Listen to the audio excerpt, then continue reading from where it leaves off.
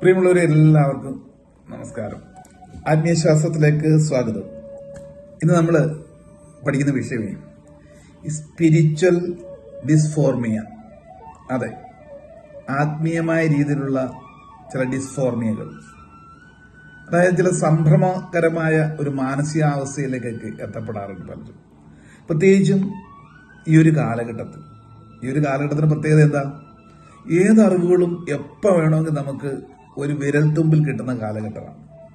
പണ്ട് കാലത്ത് ഒരുപാട് ജ്ഞാനം ലഭിക്കുന്നതിന് വേണ്ടിയിട്ട് ബുക്സുകളും അതൊക്കെ പാരായണം ചെയ്യണമായിരുന്നു. എന്നിട്ട് നമ്മുടെ മനസ്സിന്റെ സ്ഥിതി വെച്ച് ഗ്രഹിച്ചെടുക്കണമായിരുന്നു. ഒരുപാട് പ്രാക്ടീസ് ആവശ്യമുണ്ടായിരുന്നു ഒരു അറിവ് നമ്മളിലേക്ക് കിട്ടാൻ. ഇന്നിപ്പോൾ അതല്ല. ഏത് മതവിഭാഗങ്ങളിലായാലും അതിനെ സംബന്ധിച്ച് എന്തിനെ പറ്റിയും പഠിക്കാനുള്ള സൗകര്യം നമുക്ക് ഈ മൊബൈൽ സോഷ്യൽ മീഡിയയിലൊക്കെ ഉണ്ടാവും. അപ്പോൾ എന്തെങ്കിലുമൊക്കെ സ്പിരിച്വലി കുറച്ച് ടേസ്റ്റ് ഉള്ളവർ, ആത്മീയമായ കാര്യങ്ങളിൽ താല്പര്യമുള്ളവർ, അതിൻ്റെ രഹസ്യത്തെ സംബന്ധിച്ച് അറിയണം എന്ന് ആഗ്രഹമുള്ളവർ, ഇവരെപ്പോഴും ചില കൺഫ്യൂസ് സ്റ്റേജിലായിരിക്കും. വ്യക്തത കിട്ടാത്തത് കാരണം ഒരു കൺഫ്യൂസ്ഡ് ആയിരിക്കും. ഉദാഹരണം പറഞ്ഞാൽ, ഈ ആത്മീയമായ ടേസ്റ്റ് ഉള്ളവരുടെ ഒരവസ്ഥ, അവരിൽ എന്തൊക്കെയോ ചില കാര്യങ്ങളുണ്ട്.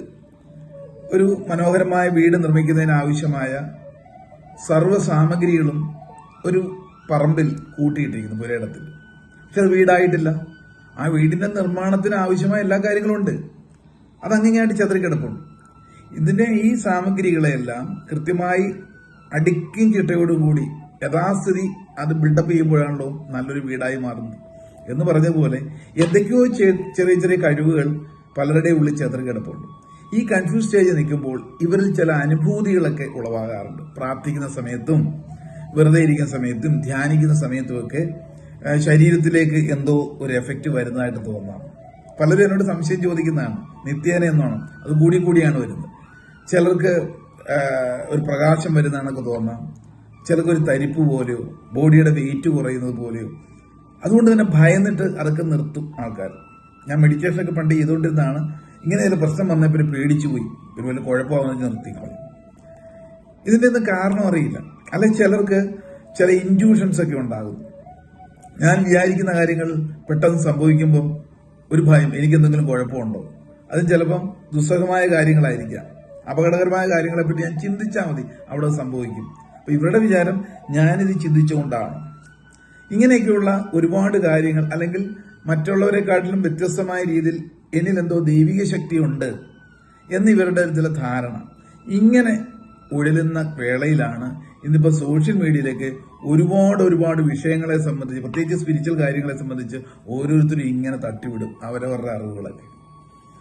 അപ്പം നമ്മൾ ആഗ്രഹിക്കുന്ന രീതിയിലേക്ക് അതിലേക്ക് എത്താനും പറ്റിയില്ല.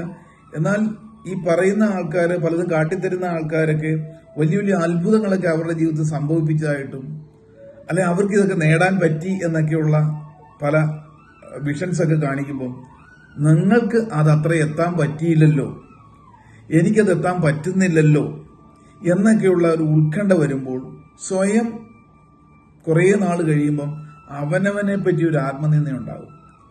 അങ്ങനെ വരുമ്പോഴത്തേക്ക് ഭയങ്കരമായ രീതിയിലൊരു കുഴിയിലേക്ക് വീണ അവസ്ഥ.